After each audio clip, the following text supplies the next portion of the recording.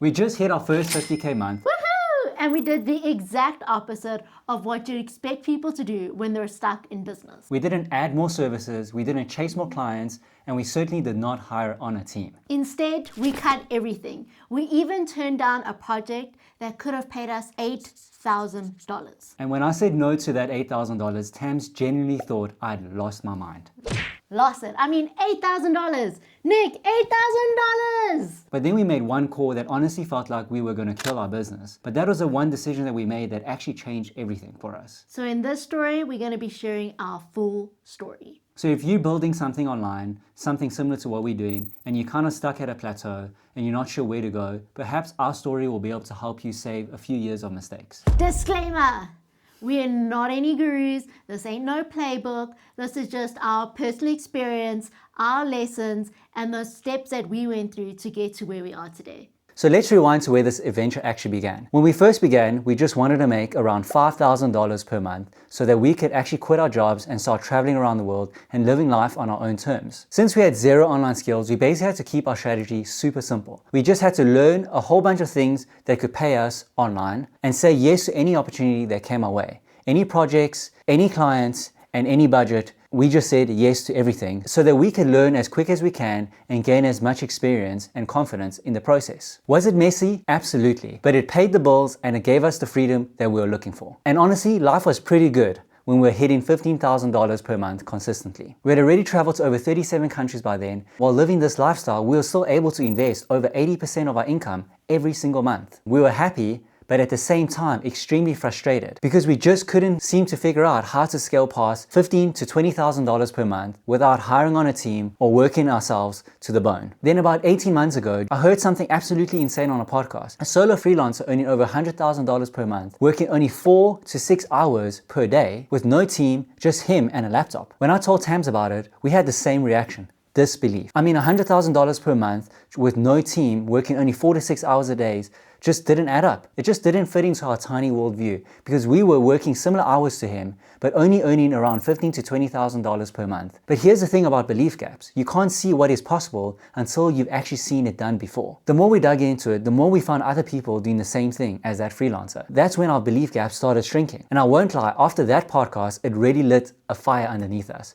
Not out of jealousy, but more out of curiosity. We just thought, hey, if he could do it, why not us? And that's where we set this big goal to hit $100,000 per month. Now let me paint a picture of what our reality actually looked like at that time. We were working with over 20 clients at the time, and if you do the maths with me, we were making $15,000 from 20 clients. To make $100,000 per month, we'd need 140 clients at the same rate. 140 clients with just the two of us was definitely not going to happen. And that's when it hit us. The strategy that got us to $15,000 per month was definitely not going to get us to $100,000 per month. We had to completely rethink our business model. So based on what we learned, we had to make two absolutely terrifying decisions. The first one is we decided to niche down. This one was generally scary, and I'm not trying to be overly dramatic here, which I know I can be sometimes. At the time, we were offering design, social media, video editing. And here's the kicker. They all brought in roughly around the same amount of income. So we were sitting,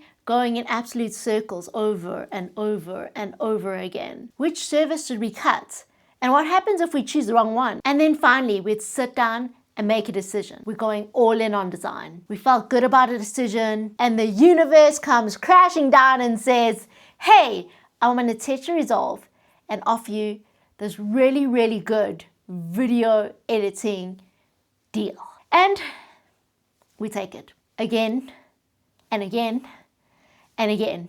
We kept making the same mistake. So we danced around this for months. And guess what? Our income stayed the same. Here's why. Since I do around 98% of the client work, and Nick is technically my enthusiastic cheerleader. Go Tams! Whoop whoop! As well as our business strategist. So I say that because when you're doing so many different services, you're constantly context switching. 1 minute, I'll be editing a video. Then I'll be doing edits on a website. And then I'll be writing a caption for social media. And every single time that I'll be shifting gears, it will take me 30 to 60 minutes just to refocus and get back in the zone. That just killed our efficiency. But then finally, I mean, finally, we niched down to design and something magical happened. We streamlined our entire delivery process, built actual systems. Our offers became crystal clear and our turnaround dropped from days to 24 to 48 hours. Suddenly, our value wasn't just good designs. It was lightning fast, high quality designs. The second shift, the pricing model revolution. Here's the problem we had with charging hourly rates. Let's say we charged $75 per an hour and we wanted to make $100,000 per month. That means we'd have to work 1,300 hours per month to reach that goal. Plot twist, I don't know if you knew, but there's only 730 hours in a month. When we first did the maths, we felt like complete idiots. Like, this is so obvious, but why didn't we see this massive flaw earlier? So you're thinking, most probably, why don't we just increase our hourly rates, right? And here's the issue we discovered with that approach. When you charge higher hourly rates, clients start nitpicking at everything. We've been there and we've done that. And trust me, it's exhausting. So realizing that our current model was fundamentally broken, we made a complete 180. We decided to productize our business. If you're not familiar with that term, productize basically means instead of charging hourly, you charge a set monthly fee with a specific outcome. It's really just a fancy way of saying monthly retainers, but productize just sounds more bougie at the dinner table, right? Now we charge anywhere from $5,000 per month to $20,000 per month for ongoing projects. And for one-off projects, we switch to value-based pricing. Here's how that works. You price the work based on how it will impact your clients, not how many hours it will actually take you. For example, designing an email template for a startup that has around 100 subscribers, or designing the exact same email template for a bank that has 100,000 highly engaged subscribers. Same work for me, but totally different value for them. Chris Du explains this perfectly. If you're designing something that could generate millions of dollars in revenue, why are you charging by the hour like a TaskRabbit? It's not about how long it takes. It's about what it's worth to their business. This shift completely changed how we see everything. No more clock watching, no more time entries, no more justifying every single minute. Now, these decisions sound brilliant in hindsight, but at that time, we had every single fear-based thought you can imagine. Who are we to charge this much? Are our design skills even that amazing? What about all the money we're leaving on the table by not offering these services anymore? And the big one, what if we completely kill our business? Well, for 7 months, it felt like we actually had. We heard no in more creative ways than we knew existed. We were so close to giving up and going back to our old pricing model because we knew how that actually worked. Then came month 8, the turning point that changed everything. We finally landed a client, and not just any client, a billion-dollar company that actually needed what we were offering. They needed high-impact designs, but what they really valued was speed and reliability, which is what we offered. And here's a line that shifted our mindset.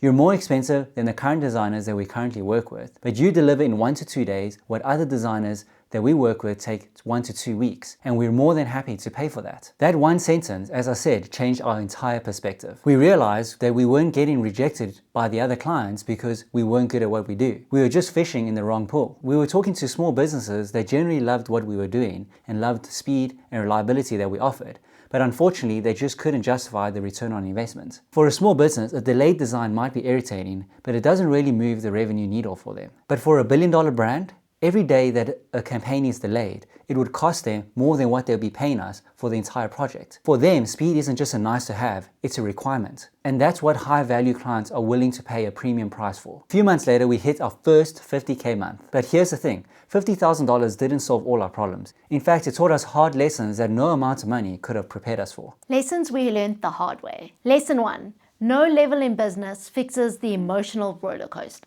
We used to have this naive belief that if we finally hit $10,000, $20,000, we'll finally feel secure and stable. Reality check, business doesn't get more secure as you grow. You just get better at handling the chaos and uncertainty. There are ups and downs at every single level, and I mean every single level. Recently, we just lost a $25,000 website project that we were absolutely sure was locked in. But in the exact same week, we landed a massive campaign from one of our largest clients. Talk about an emotional roller coaster. And that's the point I'm trying to get across. This journey's not just an upward straight trajectory.